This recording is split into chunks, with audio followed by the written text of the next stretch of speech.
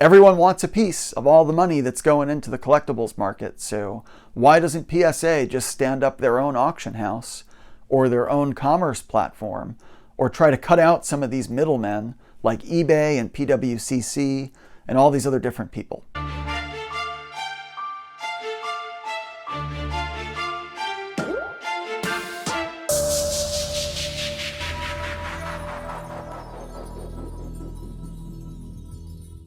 Hey, what's going on, folks? Welcome back to the Parkside Merchant channel. If you're new here, we talk about all kinds of topics related to vintage trading cards, especially Yu-Gi-Oh! That's the area of expertise for our channel. That's where we tend to spend most of our time. But we do also talk a bit about Pokemon, oftentimes some sports card stuff, and just other things related to the collectibles and trading card markets. So please feel free to like, comment, and subscribe if you're new here. For folks that are returning, welcome back.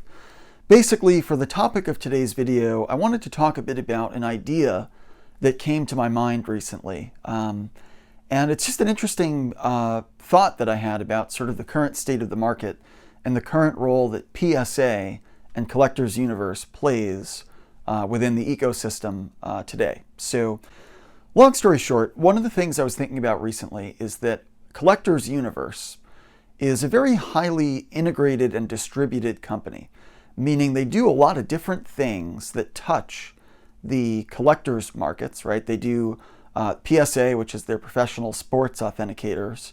They do a lot of the autograph authentication. They do a lot of card grading for the trading card category. They also dabble in some other stuff like baseball bats, baseballs, other autographed inventory like photographs, things of that nature.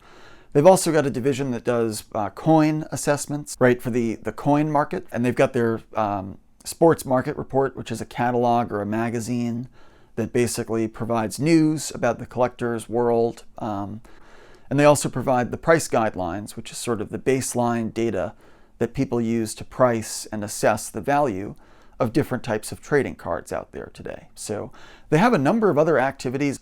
I know they host a lot of trade shows and events and stuff like that, I think.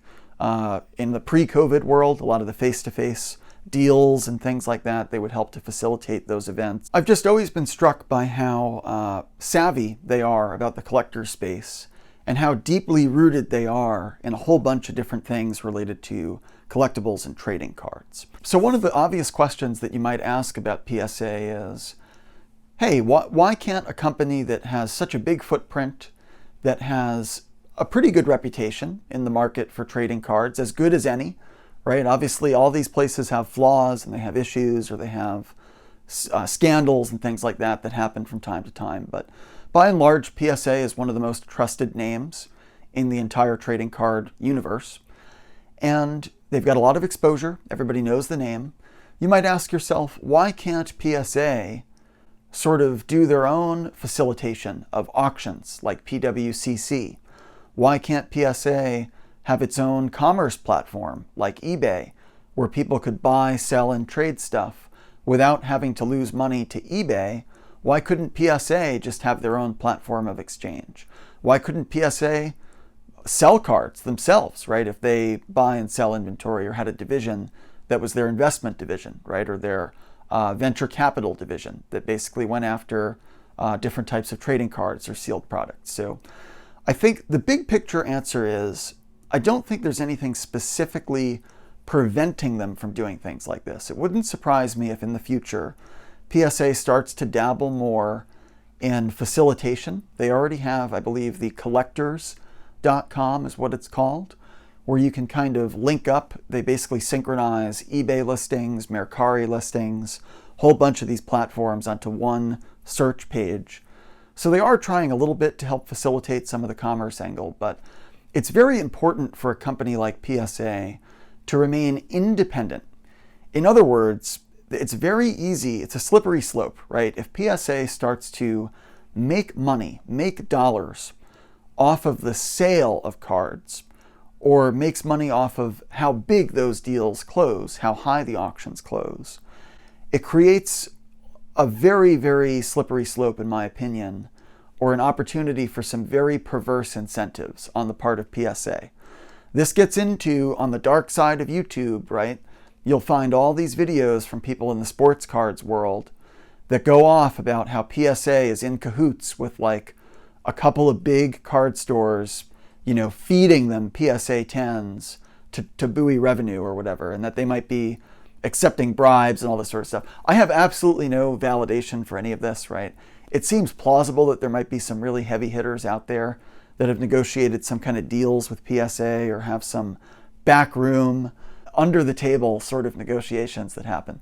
Who knows, right? You just don't know what goes on, right? But what I can say for sure is that if PSA had its own card store, if it had its own storefront, or if they had their own commerce platform where people could use it like eBay to basically buy, sell, and trade their cards, it would create some skepticism around just how independent PSA is. Because today, PSA, they don't care how high your auctions close with respect to their revenue, right?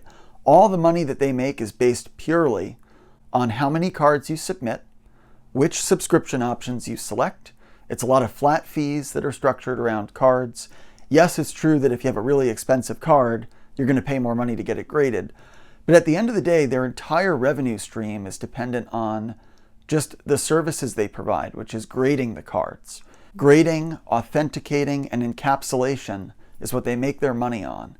They don't make dollars on the volume of cards that sell in the open market, and they don't make any money off of the value that those cards close at. So from that angle, it is a very independent entity. Their revenue doesn't depend on like how many cards sell on eBay in a given month. Now, it might stand to reason that the people at PSA would say, hey, look, there's all these dollars that are getting thrown at these auctions. Everyone wants a piece of all the money that's going into the collectibles market. So why doesn't PSA just stand up their own auction house or their own commerce platform, or try to cut out some of these middlemen like eBay and PWCC and all these other different people? So I think bottom line here, folks, is it seems plausible to me that PSA is going to get more involved in the future in trying to capture dollars from the very, very booming and very, very hot collectibles market. However, I think they're always going to have pressure to maintain an independent and very unbiased perspective or vantage point or reputation in the value chain or in the ecosystem that is the trading card market. Because the minute that they start to make dollars off of how high an auction closes, or the minute that they start to make dollars off of the volume of transactions of cards out there, meaning if that card is a 10 and if it sells really high, they make more money, it creates a very perverse incentive for them to give certain sellers very high grades for cards, or be more strict with certain other sellers that they don't think are going to move those cards quickly, right? There's a whole like domino effect and a whole slippery slope of stuff that happens the moment that they generate dollars off of the sale of cards. And keep in mind that up to today, they only really make their money off of the grading fees.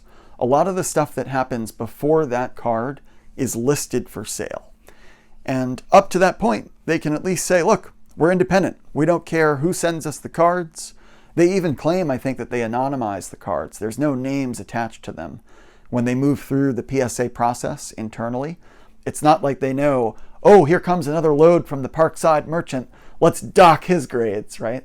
I don't think that they actually, allegedly, they try to keep it blind so that it's just a very candid assessment by the graders of those cards, and it's not dependent at all on who submitted those cards or the reputation of the people that are submitting those items. So that's all for today's video, folks. I hope you enjoyed this kind of thought experiment or topic that came to my mind recently. I think when the market is as hot as it is right now in sports cards and other trading card categories, you have to wonder and you have to hypothesize a bit about how the role of PSA and Beckett and some of these other entities are likely to evolve as the market continues to grow. So that's all here, folks. Hope you enjoyed the video. Please leave a comment down below. Let me know what you think. Once again, this is the Parkside Merchant channel, and we'll see you next time.